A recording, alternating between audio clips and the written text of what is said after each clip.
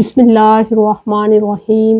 السلام علیکم۔ خوابوں کی تعبیر میں آج ہم جس ٹاپک پہ بات کریں گے وہ ہے خواب میں آلو بخارے کو دیکھنا۔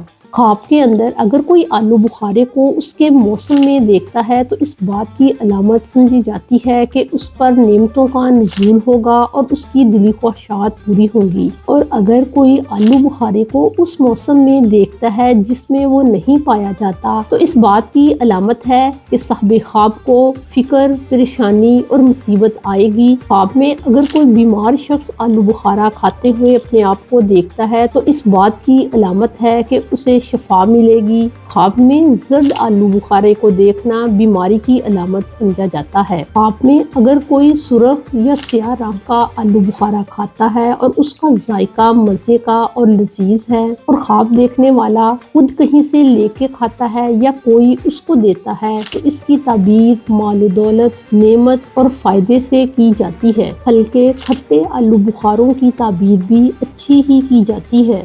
اگر آپ کو اپنے خوابوں کی مزید تعبیرات کو جاننا ہے تو ہمارے چینل کو سبسکرائب کریں۔ السلام علیکم۔